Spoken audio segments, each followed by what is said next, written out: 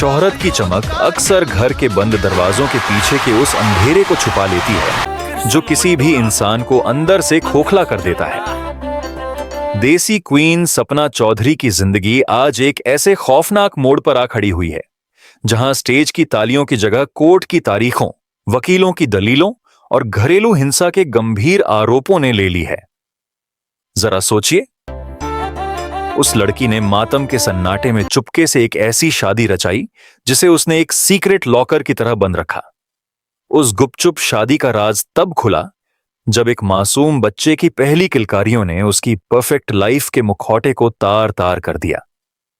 लोग जिसे एक सफल प्रेम कहानी समझ रहे थे, आज वही कहानी द्वारका महिला कोर्ट की फाइलों में एक कड़वे और डरावने सच के रूप में दर्ज हो चुकी है। आखिर हरियाणवी इंडस्ट्री के इस सबसे बड़े पावर कपल के बीच बंद दरवाजों के पीछे ऐसा क्या हुआ कि बात अचानक घरेलू हिंसा, मेडिकल सबूतों और कोर्ट के रेस्ट्रेनिंग ऑर्डर तक आ गई?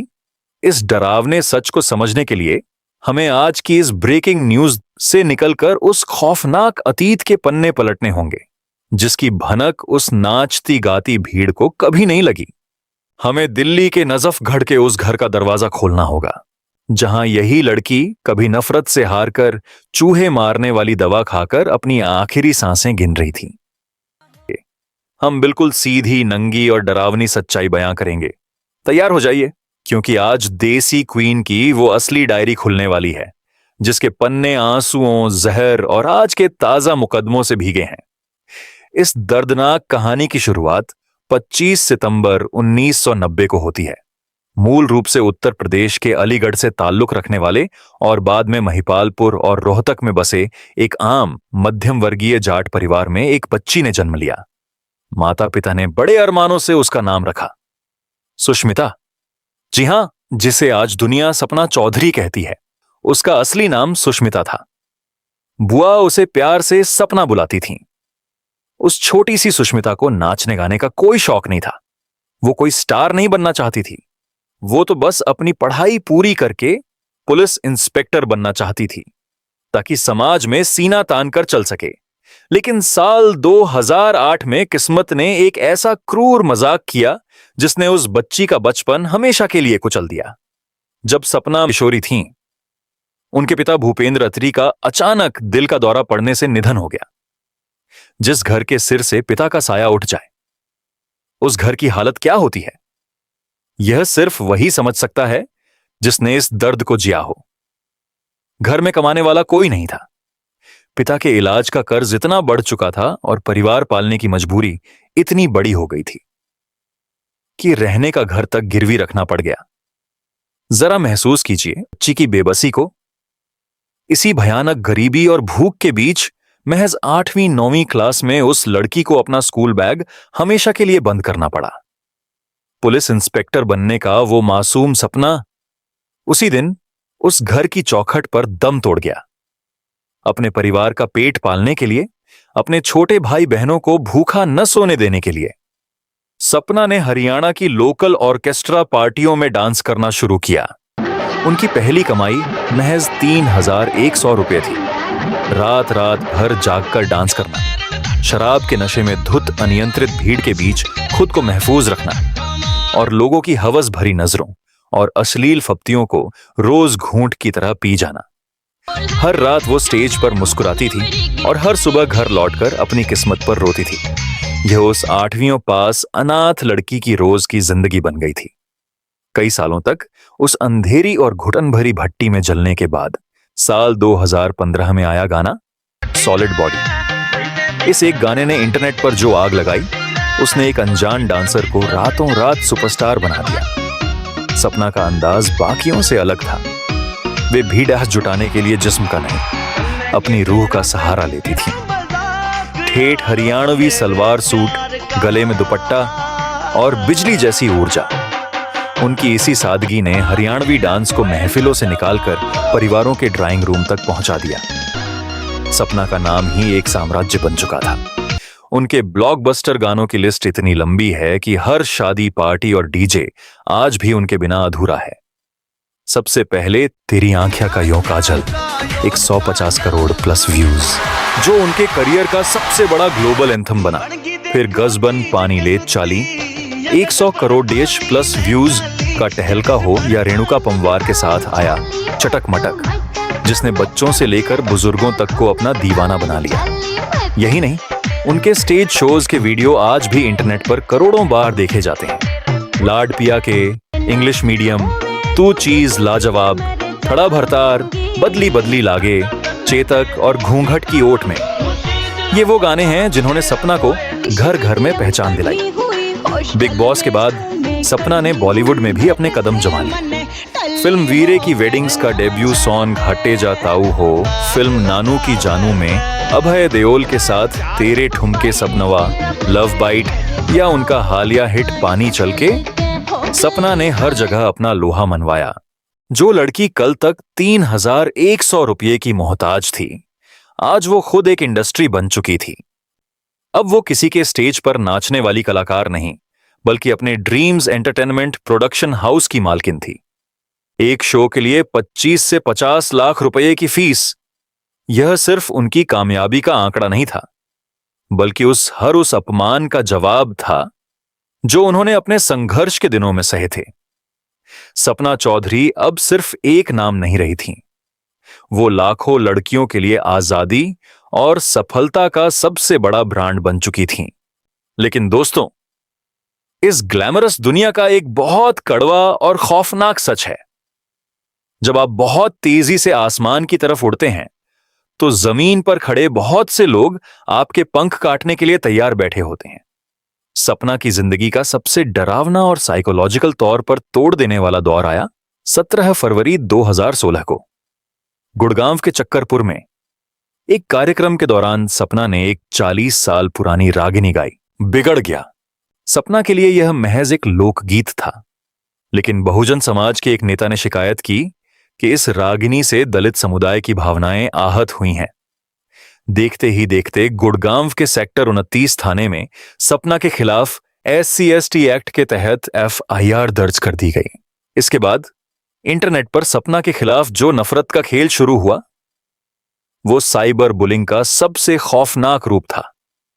कल तक जो लोग उनके ठुमकों पर तालियां पीटते थे, आज वही लोग सरेआम उनके चरित्र की धज्जियां उड़ा रहे थे। उन्हें भद्दी भद्दी गालियां दी जाने लगीं। सपना ने कैमरे के सामने फूट फूट कर रोते हुए माफी मांगी। उन्होंने कहा कि यह 40 साल पुराना गाना है, मैंने नहीं लिखा। लेकिन कोई सुनने को तैयार नहीं था।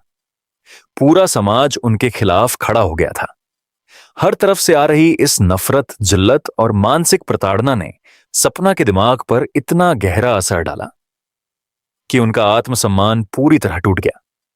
4 सितंबर 2016 को दिल्ली के नजफगढ़ स्थित अपने घर में सपना ने एक सुसाइड नोट लिखा और चूहे मारने वाली दवा खा ली। पुलिस रिकॉर्ड में मौजूद उस सुसाइड नोट के पन्नों में एक महिला कलाकार की वो खामोश चीखें दर्ज थीं, जिन्हें समाज ने अनसुना कर दिया था। उन्होंने लिखा था, मैं अब और गालियां नहीं सह सकती, मेरी बदनामी की जा रही है, मेरे चरित्र को उछाला जा रहा है। सपना ICU में वेंटिलेटर पर पड़ी। इस दुनिया से हमेशा के लिए आजाद होने की भीख मांग रही थी। लेकिन कहानी का अंत अभी नहीं हुआ था। डॉक्टर्स ने उन्हें मौत के मुंह से वापस खींच लिया, और जब सपना उस अस्पताल से बाहर आई, तो वो डरी हुई, सहमी हुई लड़की अंदर ही मर चुकी थी। उसकी जगह एक ऐसी शेरनी ने ले ली थी, जिसे अब दुनिया की किसी गाली या किसी ताने का खौफ नहीं था। इसी निडर अंदाज के साथ साल 2017 में उन्हें भारत के सबसे बड़े TV reality show big boss season 11 में जाने का मौका मिला। और यहीं नेशनल टीवी पर पूरे देश ने पहली बार असली सपना को देखा। मुझसे पंगा मत लेना, मैं हरियाणा की हूं, जमीन में गाड़ दूंगी, जैसे उनके ढाकड़ डायलॉग्स ने टीवी बहुओं के बीच उनका ऐसा दबदबा बनाया कि बिग बॉस ने उस ऑर्केस्ट्रा डांसर के कलंक को हमेशा के लिए धो दिया। बिग बॉस से बाहर आते ही बॉलीवुड ने उनके लिए दरवाजे खोल दिए। सपना का एक जबरदस्त मेकओवर हुआ। उन्होंने अपना वजन कम किया और मॉडर्न वेस्टर्न कपड़ों में नजर आने लगी। लेकिन इस मेकओवर का असली और सबसे ऐतिहासिक क्लाइमैक्स आया मई 2023 में, जब सपना चौधरी दुनिया के सबसे प्रतिष्ठित फ्रांस के कांस फिल्म फेस्टिवल के रेड कारपेट पर उतरी, 30 किलो का भारी भरकम सफेद और गुलाबी गाउन पहने, वो पहली हरियाणवी कलाकार बन गईं जो इस ग्लोबल मंच तक पहुंची। जरा उस कंट्रास्ट को महसूस कीजिए।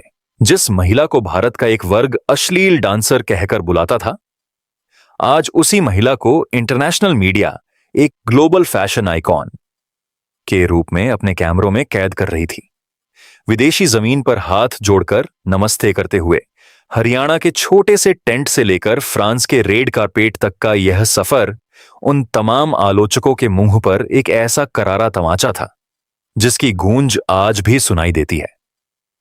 अब जब शोहरत ग्लोबल हो जाए तो राजनीति भला कैसे अछूती रहती। साल 2019 के लोकसभा चुनावों के दौरान एक 48 घंटे का ऐसा पॉलिटिकल ड्रामा चला जिसने पूरे देश के मीडिया को हिला दिया। मार्च 2019 में अचानक प्रियंका गांधी के साथ सपना की एक तस्वीर वायरल हुई। खबरें उड़ गईं कि सपना कांग्रेस में शामिल हो गई है। लेकिन महज कुछ घंटों बाद सपना ने खुद एक प्रेस कॉन्फ्रेंस करके इस खबर का खंडन कर दिया। और फिर जुलाई 2019 में दिल्ली के जवाहरलाल नेहरू स्टेडियम में मनोज तिवारी की मौजूदगी में सपना चौधरी ने भारतीय जनता पार्टी का दामन थाम लिया। लेकिन फेम की कीमत भी चुकानी पड़ती है। विवादों और कानूनी दांवपेच ने उनका पीछा कभी नहीं छोड़ा। साल 2018 में लखनऊ के स्मृति उपवन में एक शो रद्द होने पर आयोजकों ने उन पर धोखाधड़ी का केस दर्ज करवा दिया। यह मामला इतना लंबा खींचा कि अगस्त 2022 में कोर्ट ने गैर जमानती वारंट जारी कर दिया और सपना को कोर्ट में जाकर सरेंडर करना पड़ा। फिर 2021 में दिल्ली पुलिस की आर्थिक अपराध शाखा में एक पीआर कंपनी ने सपना और उनके परिवार पर 4 करोड़ रुपए की भारी धोखाधड़ी का गंभीर आरोप लगाते हुए एफआईआर दर्ज करवा दी। और कानूनी लड़ाई सिर्फ बाहरी लोगों से नहीं थी। साल 2023 में उनकी अपनी ही भाभी ने पलवल के महिला थाने में सपना और उनकी मां पर दहेज उत्पीड़न का केस दर्ज करवा दिया। भले ही सपना स्टेज पर और रेड कारपेट पर मुस्कुराती हों, लेकिन कैमरे के पीछे उनकी निजी जिंदगी हमेशा से कोर्ट की तारीखों, वकीलों की दलीलों और पुलिस थानों के चक्करों में बुरी तरह उलझी रही है। लेकिन इस तमाम शोर, विवादों और कानूनी लड़ाइयों के बीच एक ऐसा रिश्ता भी था जिसने उन्हें बार बार टूटने से बचाया। एक ऐसा शख्स जो तब उनकी जिंदगी में आया था जब न शोहरत इतनी बड़ी थी और न विवाद इतने गहरे। हर प्रेम कहानी की एक शुरुआत होती है और इस कहानी की शुरुआत हुई थी साल 2016 में हिसार की लाडवा गौशाला से। उस दिन सपना चौधरी और वीर साहू पहली बार मिले थे। उन्हें क्या पता था कि यही मुलाकात एक दिन प्यार, शादी और फिर एक दर्दनाक कानूनी लड़ाई की वजह बनेगी। पहली नजर में सपना को वीर बेहद खड़ूस और घमंडी लगे थे और ऐसा बिल्कुल नहीं था कि वीर साहू कोई आम या अनजान चेहरा थे। हरियाणवी इंडस्ट्री में उनका अपना एक अलग रुतबा था। अपने ठेठ देसी अंदाज, जमीन से जुड़े लेखन और दमदार गायकी की वजह से लोग उन्हें प्यार से हरियाणा का बब्बू मान कहा करते थे। उनका गाना थड्डी बड्डी इतना लोकप्रिय हुआ कि उसने इंटरनेशनल आईट्यून्स चार्ट्स में जगह बनाकर हरियाणवी संगीत को एक नई पहचान दिलाई। खलनायक, लैंडलॉर्ड और रसूख आला जाट जैसे गानों ने उन्हें युवाओं के बीच एक अलग पहचान दिलाई थी। स्टेज पर उनका रुतबा किसी सुपरस्टार से कम नहीं था। यही वजह थी कि जब हरियाणा की देसी क्वीन और हरियाणा के इस रस्टिक हीरो की राहें पहली बार टकराईं, तो किसी ने नहीं सोचा था कि यह मुलाकात आगे चलकर हरियाणवी इंडस्ट्री की सबसे चर्चित प्रेम कहानियों में से एक बन जाएगी। पहली मुलाकात के बाद दोनों अपनी अपनी दुनिया में लौट गए, लेकिन किस्मत के पास उनके लिए कुछ और ही लिखा था। कुछ समय बाद एक अवार्ड शो में दोनों की फिर मुलाकात हुई। इस बार बातचीत शुरू हुई और धीरे धीरे एक दूसरे को समझने का सिलसिला भी। जब वीर के उस सख्त और खड़ूस चेहरे के पीछे छिपे इंसान को सपना ने करीब से जाना, तो उन्हें वहां एक बेहद सरल, सच्चा और जमीन से जुड़ा शख्स नजर आया। दूसरी तरफ वीर भी सपना की संघर्षों से भरी जिंदगी, उनकी मेहनत और परिवार के प्रति उनके समर्पण से प्रभावित हुए बिना नहीं रह सके। देखते ही देखते यह दोस्ती प्यार में बदल गई। 4 साल तक दोनों ने अपने रिश्ते को दुनिया की नजरों से दूर रखा। इस दौरान वीर कई मौकों पर खुलकर सपना के समर्थन में खड़े दिखाई दिए। जब सोशल मीडिया पर सपना को ट्रोल किया जाता तो वीर बिना झिझक उनके बचाव में उतर आते। फेसबुक लाइव पर उनका वह मशहूर बयान, सपना कोई पब्लिक प्रॉपर्टी नहीं है, लोगों को यह यकीन दिलाने के लिए काफी था कि वह सिर्फ एक प्रेमी नहीं बल्कि एक मजबूत साथी भी हैं। धीरे धीरे लोगों को लगने लगा कि इतने संघर्षों, विवादों और दर्द से गुजरने के बाद सपना को आखिरकार उनका परफेक्ट हमसफर मिल गया है। ऐसा लग रहा था मानो यह कहानी अपनी हैप्पी एंडिंग की तरफ बढ़ रही हो।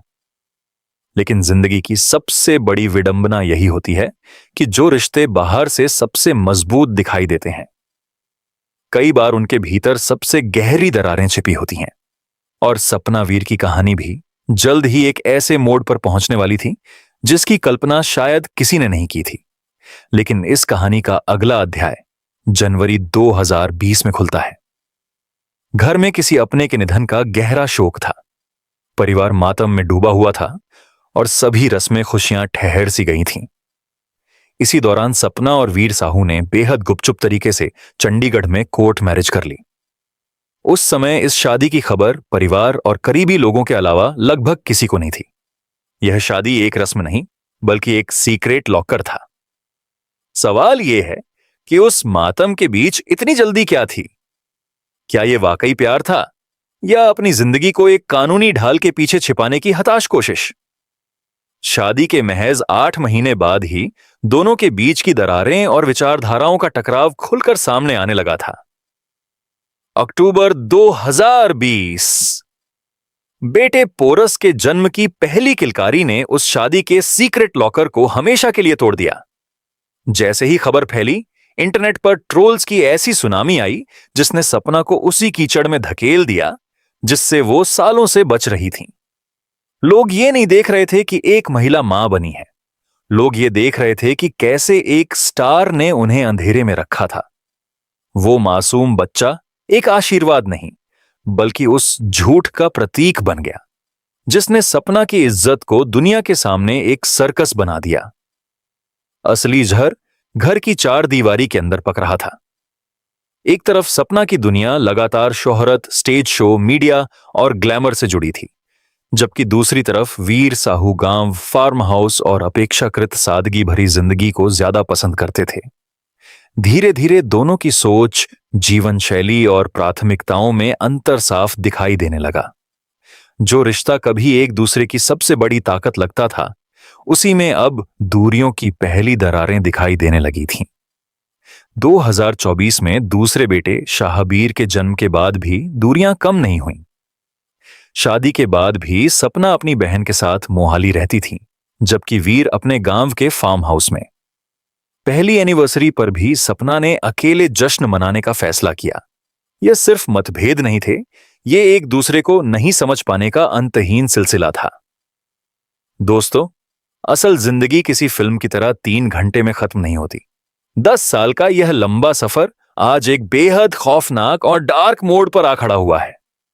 जून 2026 में दिल्ली की द्वारका महिला कोर्ट से जो सच बाहर आया, उसने पूरे देश को हिला दिया। सपना ने पति वीर साहू के खिलाफ घरेलू हिंसा का केस दर्ज करवाया, जिसमें मारपीट की मेडिकल रिपोर्ट्स, चोटों की तस्वीरें और ऑडियो रिकॉर्डिंग वाली एक पेन ड्राइव बतौर सबूत शामिल है। लेकिन इतने गंभीर सबूतों के बाद भी वीर साहू की खामोशी बरकरार है। उनकी तरफ से कोई जवाब नहीं आया। अब सबकी नजरें 25 जुलाई की अगली सुनवाई पर हैं। क्या उस दिन इस खामोशी का राज खुलेगा? लेकिन इस बर्बादी की कहानी में एक और खामोश गवाह है। एक तरफ 4 जून को केबल 1 OTT पर रिलीज हुई फिल्म मोमाकू में सपना अपने देसी स्वैग से हरियाणवी सिनेमा का मान बढ़ा रही थीं, तो दूसरी तरफ रियल लाइफ के इसी समर्पण के लिए उन्होंने अपने हाथ पर बना पति वीर के नाम का टैटू तक हटवा दिया था, ताकि शूटिंग के दौरान बार बार मेकअप से उसे छुपाना न पड़े। किस्त पता था कि रियल लाइफ के लिए किया गया वो समर्पण रियल लाइफ में इस कदर बिखर जाएगा कि वही टैटू हटाने वाला हाथ आज कोर्ट की फाइलों में अपने ही पति के खिलाफ इंसाफ की गुहार लगाएगा। मजिस्ट्रेट निधि सिंह का वो आदेश जिसमें पति को सपना के पास जाने से मना किया गया, यह किसी मामूली लीगल ऑर्डर की तरह नहीं, बल्कि उस बर्बादी की अंतिम मुहर है जिसे सपना ने फिल्म के प्रीमियर के दौरान सुरक्षा मांगकर दुनिया के सामने ला दिया था। सपना चौधरी का नाम आज भी करोड़ों लोगों के बीच चर्चा का विषय है, लेकिन इस स्टारडम की कीमत उन्होंने बहुत भारी चुकाई है। लाखों दिलों पर राज करने वाली सपना की जिंदगी का एक ऐसा सच भी है जो मंच की चमक दमक से कहीं दूर पुलिस शिकायतों, कानूनी विवादों और कोर्ट के लंबे संघर्षों में दर्ज है।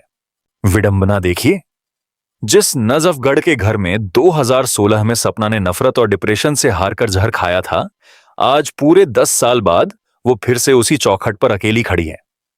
आज सपना कोई स्टार नहीं, वो कोर्ट की फाइलों का एक केस नंबर बनकर रह गई है। यह शोहरत के उस अंधेरे कुएं की कहानी है जहां इंसान गिरता ही चला जाता है। वो 8वीं क्लास में किताबें छोड़ने वाली लड़की आज अपनी जिंदगी के सबसे बड़े लीगल चक्रव्यूह में फंसी है। यह उस इंसान की कहानी है जिसने मौत की आंखों में आंखें डालकर हर साजिश के बावजूद हार मानने से इनकार किया, लेकिन शायद वो ये भूल गई कि हारने से ज्यादा खतरनाक जीत का भ्रम होता है। दोस्तों, आज सपना चौधरी की इस दर्दनाक कहानी का सच सामने रखते हुए मुझे भी कई बार लगा कि क्या वाकई शोहरत इतनी महंगी होती है? आपके हिसाब से क्या सपना चौधरी एक सर्वाइवर हैं या वो भी सिस्टम की इस बेरहम दौड़ का एक हिस्सा बन गई है? हमें कमेंट्स में जरूर बताएं। अगर आपको यह दास्तान पसंद आई तो चैनल को अभी सब्सक्राइब जरूर करें। हम मिलेंगे आपसे अगली ऐसी ही एक डार्क इन्वेस्टिगेटिव और अनकही कहानी के साथ। तब तक के लिए अंधेरे की इस सच्चाई को महसूस कीजिए और अलविदा।